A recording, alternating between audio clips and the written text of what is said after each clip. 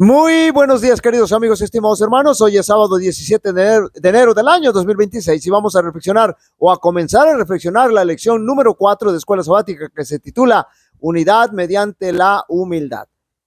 Completen mi gozo, tengan el mismo sentir, el mismo amor, unánimes, sintiendo una misma cosa. En otras palabras, el apóstol Pablo está diciendo, háganme feliz, sintiendo teniendo el mismo sentir, el mismo amor, unánimes, sintiendo una misma cosa. Filipenses capítulo 2 y verso 2. Para estar unidos se requiere humildad, ser humildes. La división es la consecuencia del orgullo, es decir, la división existe porque somos orgullosos. El orgullo genera división. La falta de humildad trae como resultado falta de unidad. Permítanme conceptualizar la palabra unánimes. Unánimes juntos, del griego como dumadum, es una palabra compuesta por humos, que significa mismo, y por dumos, que significa mente. Una misma mente significa común acuerdo, de mucho consentimiento, mantener la unidad de grupo, ser todos de una sola mente, es decir, un mismo pensar y compartir un mismo propósito. Note bien, propósito se emplea 11 veces, 10 de ellas en Hechos y en Romanos 15:6. Los discípulos tenían unanimidad intelectual, armonía emocional y una sola voluntad en la iglesia recientemente fundada. En cada uno de los casos que se usa como dumadon, indica armonía, la cual conduce a la acción. Aparece en Hechos capítulo 1, verso 14, 2, capítulo 2, verso 1, verso 6, capítulo 4, verso 24, capítulo 5, verso 12, capítulo 7, verso 75, capítulo 8, verso 6, capítulo 19, verso 29, capítulo 12, verso 20, capítulo 15, verso 25 y capítulo 18 y verso 10. La palabra unánime describe la armonía absoluta en un grupo, la convergencia total de opiniones, voluntades o sentimientos. Proviene del latín unanimis, compuesto por unus, que significa uno, y animus, que significa ánimo, alma, mente. Literalmente significa una sola mente, un solo ánimo. Esta etimología revela la esencia de la unanimidad, la unidad de pensamiento y propósito. Note bien, que es lo que nos debe caracterizar a nosotros. Unánimes juntos significa estar todos de acuerdo, tener el mismo sentimiento, voluntad o propósito y actuar en armonía como si fueran una sola mente y corazón, compartiendo un mismo sentir y una misma meta, no solo estando físicamente en el mismo lugar, note bien, sino unidos espiritualmente en acción para lograr un fin común. Y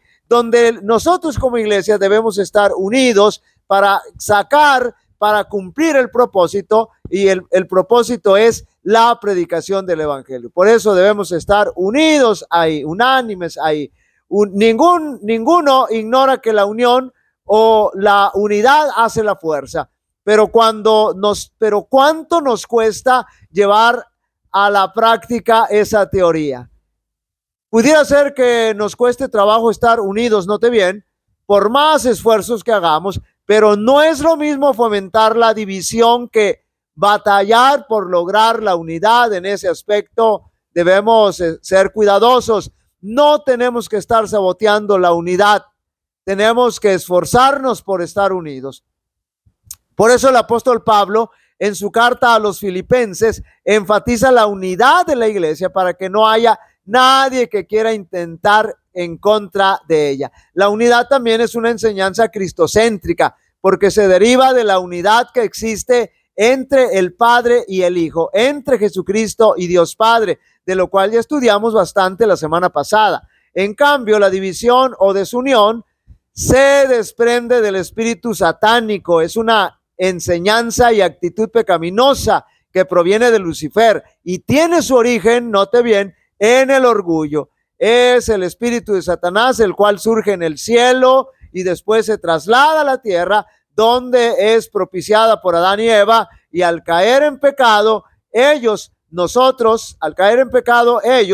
nosotros la recibimos como herencia, es decir, recibimos la desunión, el orgullo que nos lleva a estar divididos. Así que durante esta semana estaremos estudiando en base a la Biblia los fundamentos de la unidad. Y por supuesto, todo este estudio estará basado en la experiencia y enseñanza de Jesucristo. Insto a nuestros hermanos a dejar de criticar y de hablar mal, a acudir a Dios en ferviente oración, pidiéndole que ayude a los que se equivocan. Únanse unos con otros y con Cristo. Estudien el capítulo 17 de Juan y aprendan cómo orar y cómo vivir la oración de Cristo. Él es el consolador. Él morará en sus corazones, haciendo que su gozo sea cumplido. Sus palabras serán para ellos como el pan de vida, y con la fuerza así obtenida serán capacitados para desarrollar caracteres que serán una honra para Dios. Un perfecto compañerismo cristiano existirá entre ellos. Se verá en sus vidas el fruto que siempre aparece como resultado de la obediencia a la verdad. Hagamos de la oración de Cristo la regla de nuestra vida, a fin de que podamos formar caracteres que revelen al mundo el poder de la gracia de Dios. Está hablando de San Juan 17. Ha de haber menos charla acerca de pequeñas diferencias y un estudio más diligente de lo que la oración de Cristo significa para quienes creen en su nombre. Hemos de orar por la unión y entonces vivir de tal manera que Dios pueda responder nuestras oraciones. La completa unión con Cristo y unos con otros es absolutamente necesaria para la perfección de los creyentes. La presencia de Cristo por la fe en los corazones de los creyentes es poder. Su vida produce unión con Cristo. Tú en mí. La unión con Dios por medio de Cristo hace perfecta a la iglesia. Nótelo bien. Nada puede perfeccionar la perfecta unidad en la iglesia, sino el espíritu de una paciencia semejante a la de Cristo. Satanás puede sembrar discordia. Solo Cristo puede armonizar los elementos discordantes.